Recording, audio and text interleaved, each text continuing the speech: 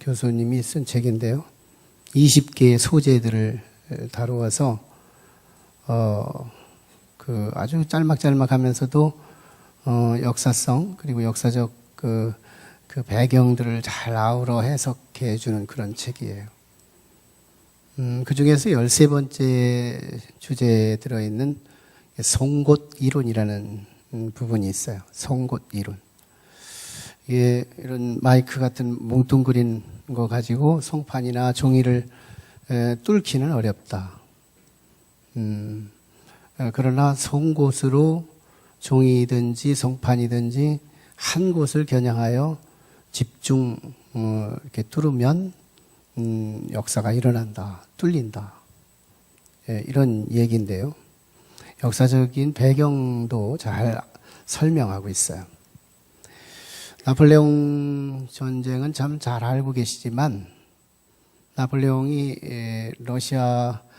프랑스 군대와 프로시아 군대의 대치 간의 전쟁을 치르는데 프로시아 군대들이 참 숫자가 많았대요. 언제나.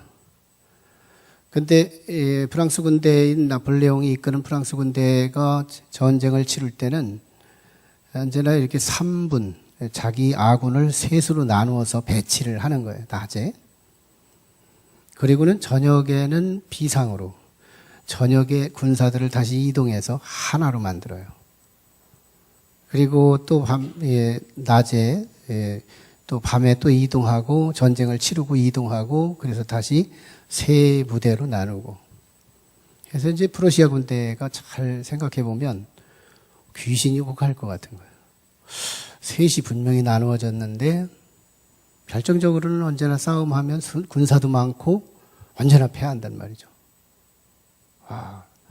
역사 속에서도 지혜로운 장수들은 자기만의 승리의 원리가 있더라는 거예요.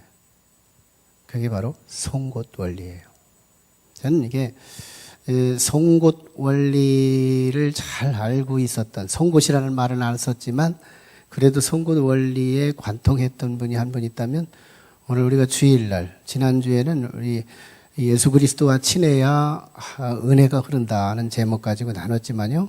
지지난 주일, 축제주일 바로 직전에 그 말씀을 또 주일날 또 계속 사건 중심의 강해 설교를 하고 있는데요. 이스라엘 나라에 솔로몬이라는 왕이 있었잖아요. 네, 솔로몬은 안 믿는 사람들도 어느 정도의 이미지가 있어요. 그분은 지혜롭다. 지혜롭다. 그분의 지혜가 그 두 가지 건축물의 대표로 나타나는데 하나는 성전이고 또 하나는 궁궐이에요. 그런데 놀랍게도 이 궁궐은 성전의 부분이에요. 솔로몬의 신앙 고백이니까. 성전의 일부다, 일부. 그래서 솔로몬은 평생 성전 하나 지었다는, 궁궐도 성전의 부분이니까. 소위 신정왕국을 꿈꾸고 있었던 솔로몬이니까요. 솔로몬 성전을 짓고요. 하나님을 상징하는 언약궤가 있어요. 성전의 지성소 안에 모시는 언약궤. 하나님의 말씀 돌비가 들어있죠. 그거를 자기가 성전을 짓고 거기다 안치를 해드렸더니 하나님께서 이 구름으로 성전 안에 가득하게 만들어요. 소위 이게 하나님의 영광의 임재를 드러내는 사건이었어요. 자연, 나뭇가지 곁에 구름이 있다면 자연이지만 건물 안에 구름이 가득하다는 건 초자연 아니에요. 하나님께서 솔로몬이 지은 그 집에 내가 오케이 하고 받아주겠다 하는 그런 의미로서 하나님이 임재하신 거예요. 얼마나 기쁘겠어요. 그래서 건축 끝나면 봉헌 예배 드리듯이 솔로몬도 첫 번째 봉헌 제사를 드려요. 가장 먼저 봉헌사를 하죠. 그 봉헌사는 하나님의 절대 주권에 대한 말씀이었어요. 내가 했지만 하나님이 하셨다. 절대 주권이에요. 깨달음이 깊으니까 그게 말할 수 있었던 거죠. 말장난이 아니고 내가 했지만 하나님이 하셨다. 이게 참 솔로몬이 지혜로서 자기가 건축한 성전 건축에 대한 신앙 고백이었죠. 그리고 나서 이어요. 그래서 봉헌 기도를 드립니다. 이 봉헌 기도 내용이 참 긴데요. 이 문장을 잘 보면 프레임이 있어요.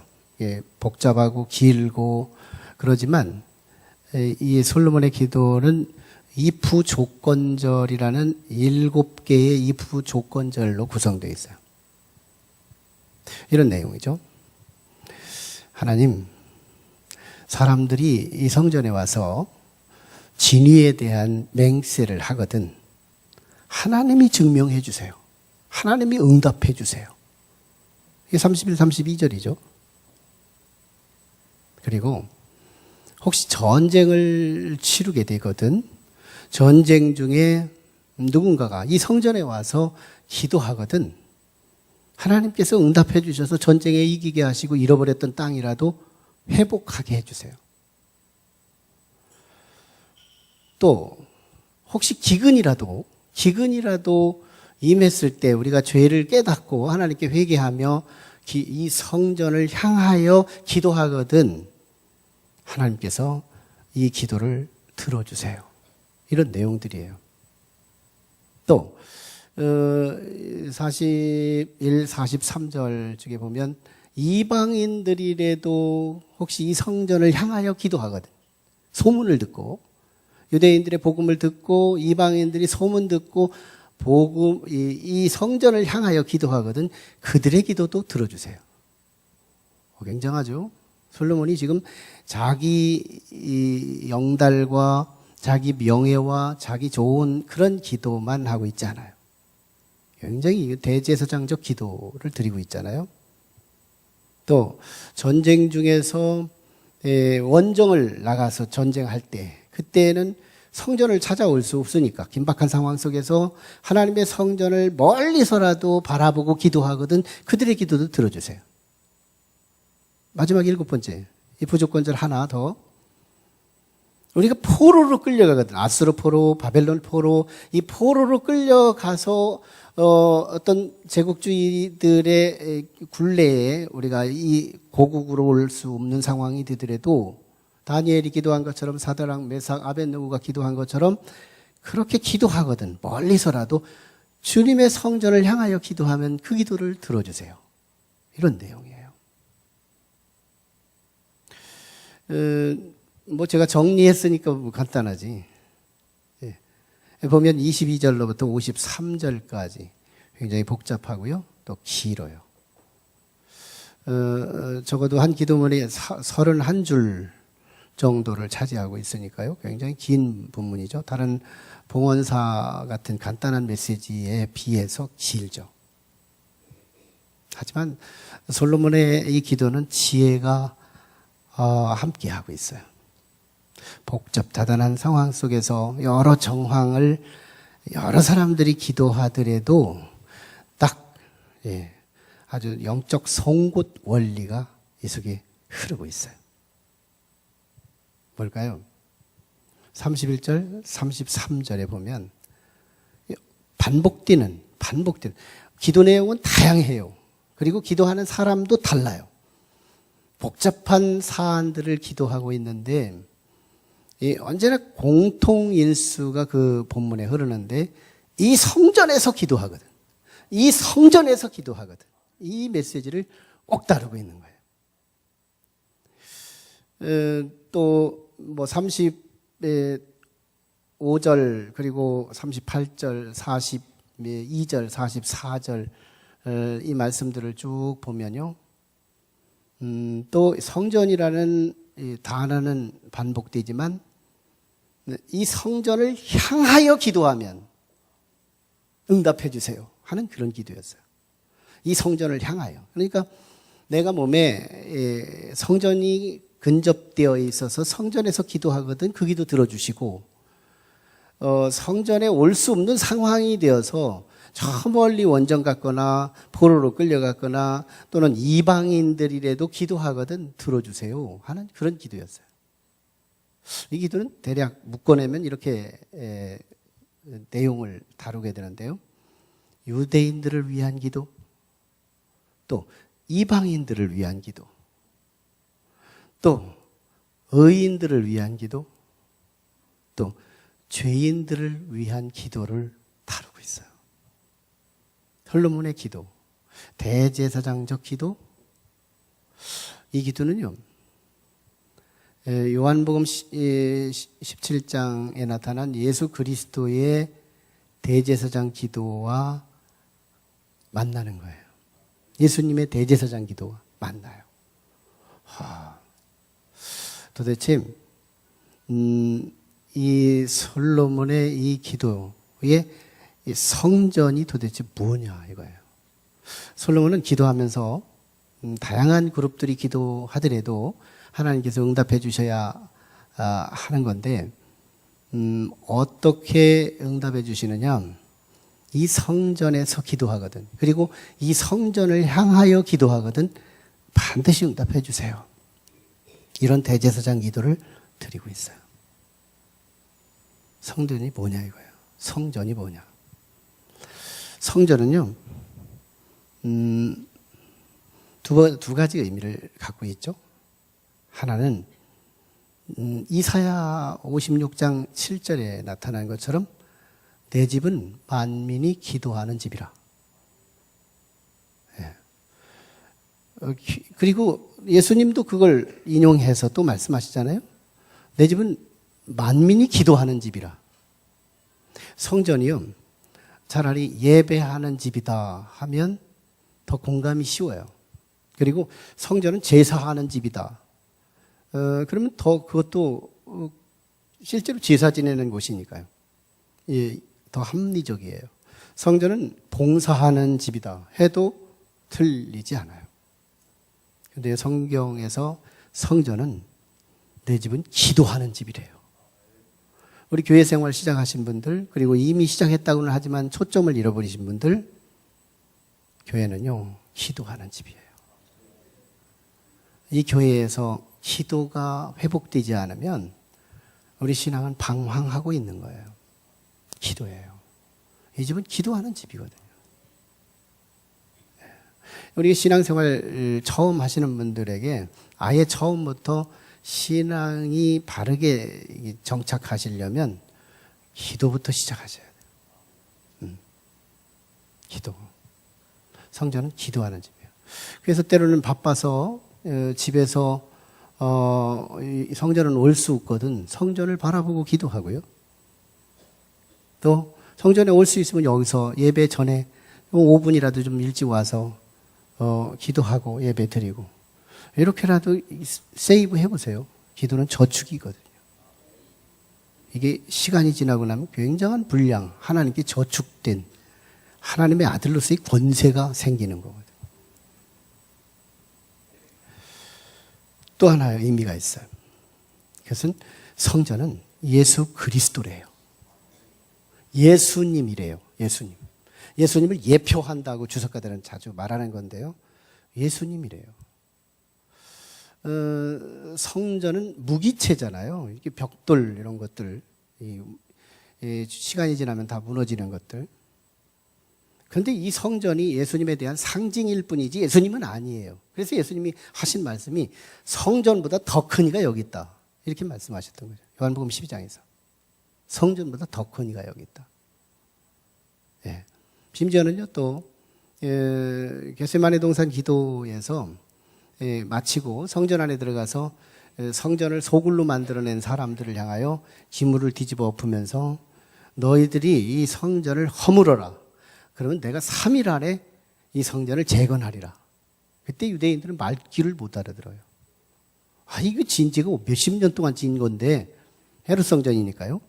솔로몬 성전은 7년에 졌고, 근데 헤롯 성전이 몇십 년 동안 지은 이 성전을 네가 어떻게 해서 3일 만에 지을 수 있니? 예. 그 다음 절에 보면 예수님께서 그 비밀을 말씀하세요. 예수 그리스도의 죽으심을 말씀하는 거다. 그러니까 예수님의 몸, 예수님의 십자가의 죽으심, 성전, 곧 예수님. 예수님은 성전이에요. 성전은 곧 예수님이에요. 솔로몬이 지금 이사야보다도 이전 사람이고요. 예수님보다 이전 사람이에요. 그런데 예수님을 언급해 지혜가 있어요. 기도에 지혜가 가미되어 있어요. 그래서 지금 솔로몬의 기도는 이런 기도예요. 예수님의 이름으로 기도하거든 응답해 주시고요. 신약으로 적용하면 예수님을 향하여 기도하거든 내게 응답해 주세요. 이런 내용이에요. 여러분, 예수가 희망이에요. 교회가 초점을 잃어요. 교회가 시간이 지나고 나면 기복적으로 흐르고 주님이 나한테 뭐 좀 이렇게 좀 과일 더 주고 양식 더 늘리고 직장 진급하고 이런 쪽에 주님과 연결시키잖아요. 아니에요. 정말 우리 예수 그리스도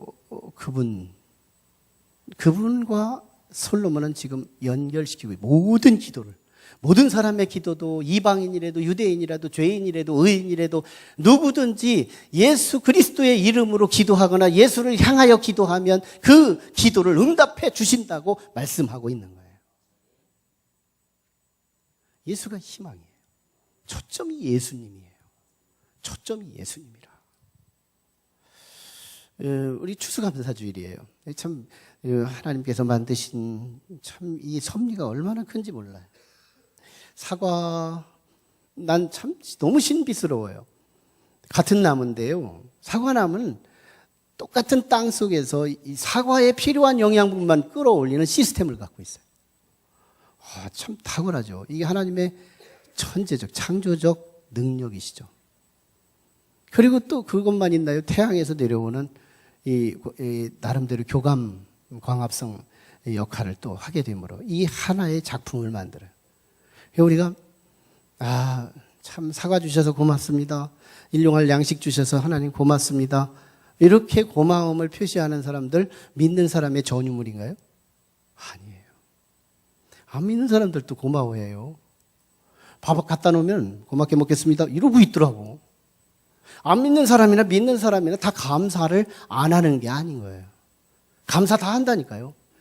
근데 뭐예요? 초점이 없어요. 누구냐는 거예요. 농부까지 가고 끝나요. 농부한테까지만 가고서 감사가 끊어요. 이 감사가 파편이래. 감사가 끊어지는 거예요. 진짜 주관하셔서 만들어내신 하나님까지 못 가요. 이게 믿지 않는 사람들이 감사잖아요. 이 감사가 조각이 나 있어요. 가다가 마른 거예요. 하나님께서 만드신 이 사실을 안다면 우리 이웃이 나한테 이걸 줬다는 것도 감사한 거지만 그 이웃에게 마음을 움직여 주셔서 나한테 주고 싶어지는 그 마음도 하나님이 창조하셨고 하나님께서 그 뒤에서 농사하는 일에도 나 먹으라고 그 뒤에서 서쪽새가 울었던 그 이야기들이 한꺼번에 지혜의 해안으로 보인다는 거죠.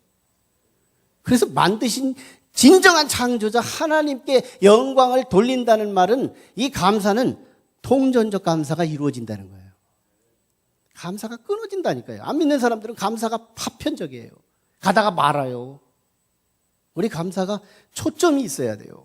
예수 그리스도를 하나님이 내게 주셨다는 게 얼마나 감사한 일이에요. 예수님을 주셨다는데. 이 사과 하나 주신 거? 이거 분명히 감사한 일이죠.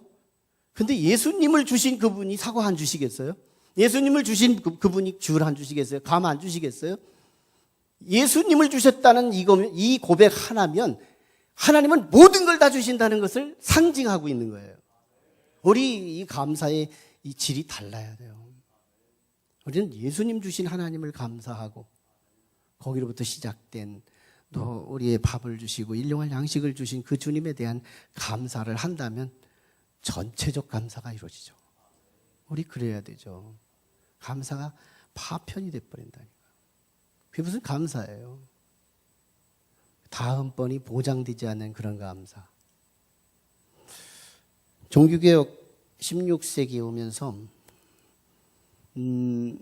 중세기 한 1000년 역사가 그 가톨릭 재단 통해서 하나님께 나아가는 채널이 다채널이었어요. 우리가 십자가를 지고 고행길을 가면 주께서 감동하셔서 내게 응답하시고 또 이 성인들의 이름을 바울의 이름 또는 여러 야고보의 이름, 베드로의 이름, 이런 성인들의 이름으로 기도하면 하나님이 응답해 주시고, 또 뭐 다른 성모 마리아의 이름으로 기도해도 응답해 주시고, 그 중에 하나 예수 그리스도의 이름으로 기도해도 응답해 주신다. 이 중세 때 잘못됐던 게 뭐예요? 하나님의 은총과 구원 그리고 기도 응답의 초점이 다 초점이었어요. 종기개혁이 이루어지고 난 뒤에 이 신앙이 어떻게 돼요? 솔라론으로 5개 솔라론으로 나가잖아요. 그 중에서 하나가 솔라 크리스토스라는 오직 예수. 이걸 회복한 거예요. 이게 개신교의 출발이에요. 솔라 크리스토스. 오직 예수. 우리요, 시선 바꿔야 돼요. 혹시 건물 봐서 여기 왔더라도 건물의 시선을 떼고 그리스도를 봐야 돼요. 사람 뒤통수 보고 왔을지라도, 인맥 때문에 이곳에 왔을지라도 그 시선 이제 조만간 떼고 그리스도를 바라봐야 돼요. 우리의 문제를 해결하기 위해서 오셨더라도 이제는 조만간 우리는 그리스도를 바라봐야 돼요. 몸이 아프신가요? 우리 주님을 바라보십시오. 문제의 현안 속에 매몰되어 있나요? 주님을 바라보세요. 전 진리를 말씀하고 있어요. 선포하고 있어요. 주님을 바라보시는 거예요. 주님을 바라보라. 성경은 바라봄의 법칙을 쭉 다루고 있죠. 바라봄의 법칙. 이스라엘 백성이 출애굽하고 홍해를 건너 광야의 생활을 하는데 하나님 말씀에 불순종해요. 그래서 하나님께서 불뱀을 만들어서 그들에게 물게 해요. 죽어가고 있어요. 하나님께서 모세에게 말씀하세요. 모세야, 네가 가지고 있는 장대 끝에 놋뱀을 만들어서 높이 들어라. 그리고 백성들에게 외쳐라. 그리고 이것을 보라고 말씀하라. 이스라엘 진중에 모세는 순종하여 이 놋뱀을 바라보는 자는 살 것이요 라고 복음을 전했는데 백성은 둘로 나눠요. 내가 지금까지 속았는데 또 속을 줄 아니? 안 속겠다는 거예요. 땅을 보는 거예요. 땅을 바라봐. 육신적 요소, 합리적 요소, 네, 그런 요소들을 직시하고 바라보고 있어요. 온몸에 도끼가 녹아서 그에게 죽음이라는 하나님의 징계가 임하고 말죠.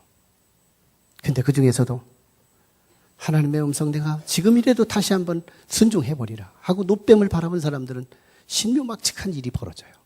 야, 이상하다. 내 몸에 이상하게 도끼가 빠져나가고 생각이 정상으로 돌아오고 모든 것이 회복되어 가고 있구나. 성경은 바라봄의 법칙이구나. 십자가, 저거 보통이 아닌 거예요. 서울에 어느 의사 선생님의 가정에 있었던 일이에요. 의사 선생님이 결혼을 하고 50대 후반까지 사셨어요. 어느 한순간부터 의사 선생님 부부는 이 관계가 금이 갔어요. 대화가 끊어진 지 오래됐어요. 그 모습을 보면서 자녀들이 곁길로 갔어요.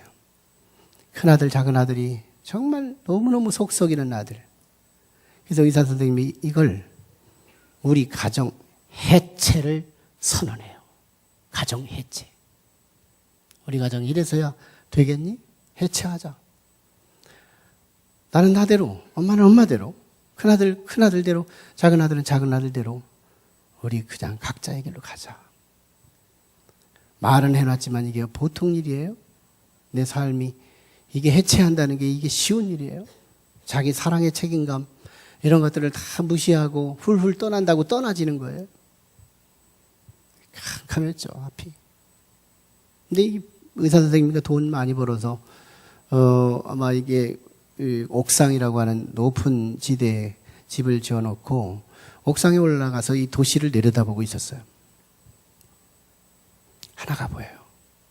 교회가 보이는 거예요. 너무너무 절박한 상황이 오니까 교회가 보여요. 그래서 이 의사 선생님이 교회를 찾아갑니다. 문이 열렸어요. 용산에 있는 교회예요. 문이 열렸어요. 딱 들어갔는데 십자가가 보여요. 한중앙에. 예수를 믿어봤나요? 와서 기도를 할 수 있나요? 기도 한마디를 할 수가 없어요. 십자가가 보이는 거예요. 저것만 쳐다보고 집에 가고 쳐다보고 집에 가고 이러기를 몇 날을 합니다. 왜? 그날의 일용할 안식이 재미있어서 그게 좋아서. 그래서 그저 왔다 가고 그래요. 어느 한 날 이상하죠. 십자가를 직시하고 들여다보는데 어디서 나오는 눈물인지 이 눈물이 막 한없이 쏟아져 나오는 거예요. 아, 도대체 내가 눈물 보따리를 내가 품고 있는가? 막 그냥 쏟아지는 거예요. 혹시 교회 오셔서 눈물이 나오거든요. 하나님이 만지시는 거예요. 이거 눈물 연출 못해요. 아이, 하나요? 탤런트들은 하더라고 진짜. 나는요 이게 울어보려고 해도 안 울어지는 거예요. 이게. 연출이 안 돼. 근데 이 양반이 그걸 울고 있는 거예요. 하염없이 눈물을 막 쏟아내는. 그게 치유받고 있었던 거예요. 회복이 됐던 거예요. 그러면서 이제 아내한테 갑니다. 찾아가요. 여보, 사실 내가 당신과 마음이 닫혀졌던 이유는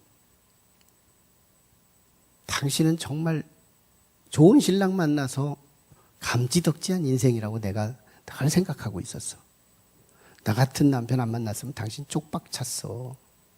이런 무시하는 이 마음이 의사 선생님의 교만과 함께 그 아내를 대하는 태도가 언제나 그랬던 거예요.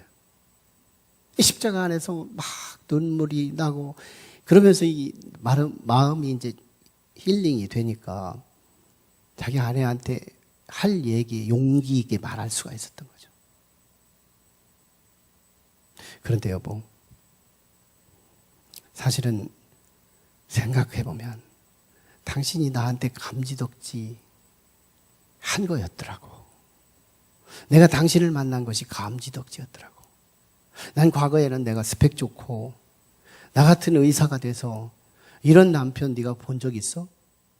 네가 이런 남편 만나서 너는 팔자고 친 거야. 이런 율법주의적인 당당함 가지고 아내를 대했더니 아내가 늘 얼고 굳어지기 시작했대요. 아빠가 아내를 박해하고 함부로 대하고 이 과정 속에서 이 두 아들이 곁길로 간 거예요. 그때 이 아빠가 아내와 함께 교회를 갑니다. 교회를 가요. 교회 신앙생활을 시작하면서 어느 한순간부터 이 말씀, 설교 말씀이 화두가 돼서 부부가 식사하면서 잠자기 전에 목사님의 말씀을 가지고 함께 나누기 시작하는 거예요. 그 과정에서 자녀들이 우리 아빠가 바뀌었다. 이걸 깨닫고요. 자녀들이 태도를 바꾼 거예요. 가정이 회복됐어요. 예수를 잘 믿었어요. 이게 온누리교회 모 장로님의 이야기예요. 온누리교회 장로님들 진짜 훌륭한 분들이죠. 한국교회에 영향을 주는 분들이잖아요.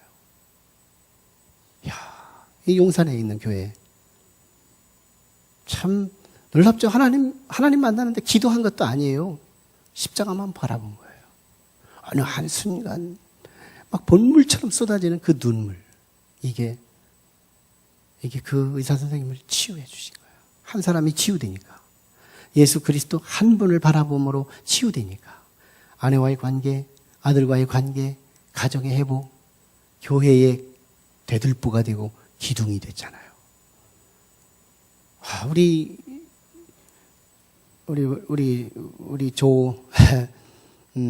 우리 성도님, 왜 갑자기 안 떠나? 조영욱 성도님.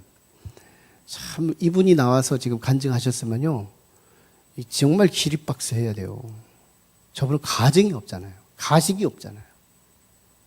불신자였어요. 100% 불신자. 우리 교회 최초로 교회에 오셨어요. 정말 오셨을 때는 예배 한 번도 앉아서 예배 드리지를 못했어요. 너무너무 고통스러우니까. 근데요, 저분은 집중력이 있어요. 언제나 교회 와서 이 주님을 향하여 기도하고요. 변함없이 예배 중심이었던 거예요. 보세요. 능력이잖아요. 지금 혼자 앉아서 지금 1시간 넘게 예배하잖아요. 남편 바꿨잖아요. 경찰서가 바꾸나요? 허이, 경찰서 하나가 사람 바꾸는 능력이 있던가요? 무서워서만 바뀐 척 할 뿐이지. 허이, 남편 대신 우리 김한식 성도님 술 끊어내고, 담배 끊어내고, 누가 끊어요, 그거. 십자가에서 흐르는 그리스도의 능력. 초점이에요. 예수 믿어서 우리 인생이 바뀌어지기를 원하시거든요. 예수 그리스도 한 포인트. 영적 송곳 되신 예수 그리스도. 여러분의 인생에 잘못된 그 영역에 구멍을 뚫어 성령이 통하는, 성령이 역사하는 새로운 삶으로 출발되기를 주의 이름으로 축원합니다. 주의 이름으로 축원합니다.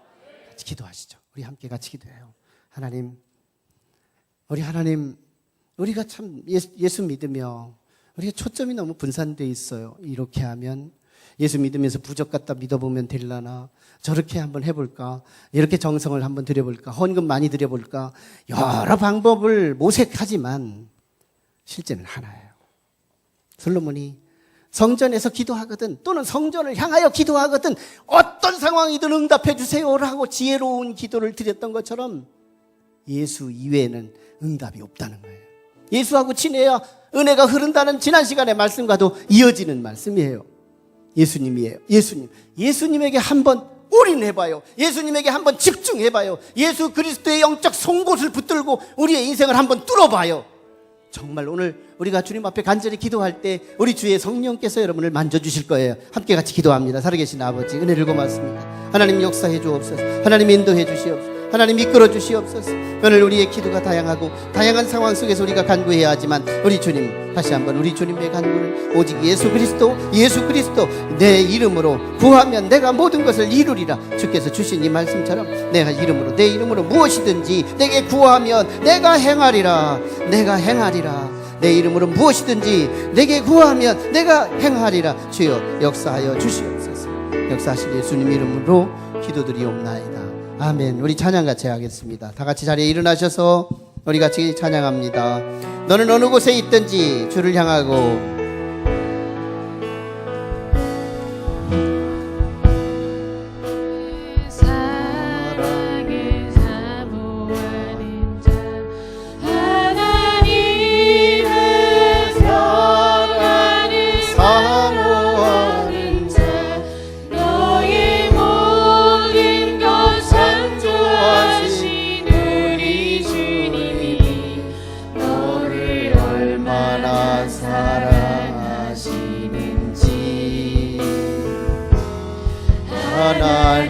하나님께 찬양과 경배하는 자, 하나님의 선하심을 닮아가는 자, 너의 모든 곳 창조하신 우리 주님이 너를 자녀 삼으셨네.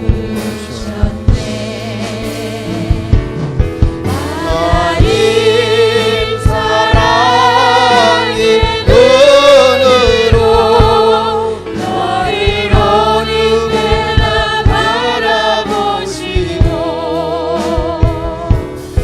하나님이 자한 귀로서 언제나 너에게 기울이시니 어둠의 밝은 빛을 비춰주시오. 너의 사랑은 시험에도 응답하시니 어느 곳에 있든지 주를 향하고 주만 바라볼지라.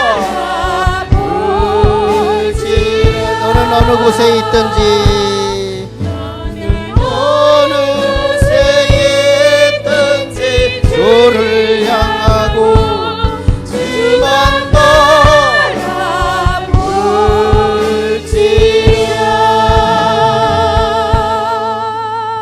지금은 하나님의 은혜와 사랑과 감동, 감화, 역사하심이 추수감사 주일 예배를 드리며 오직 우리의 범사에 감사하지만 그 모든 감사에 초점된 예수 그리스도를 주신 은혜를 감사하고 모든 우리의 삼남한상, 모든 곡식과 월급과 우리의 건강과 모든 재반 상황을 공급하시는 하나님께 새로운 감사로 출발하기를 원하는 온 성도들의 심령과 머리머리 위에 지금으로부터 영원토록 함께 하시기를 간절히 축원하옵나이다. 아멘.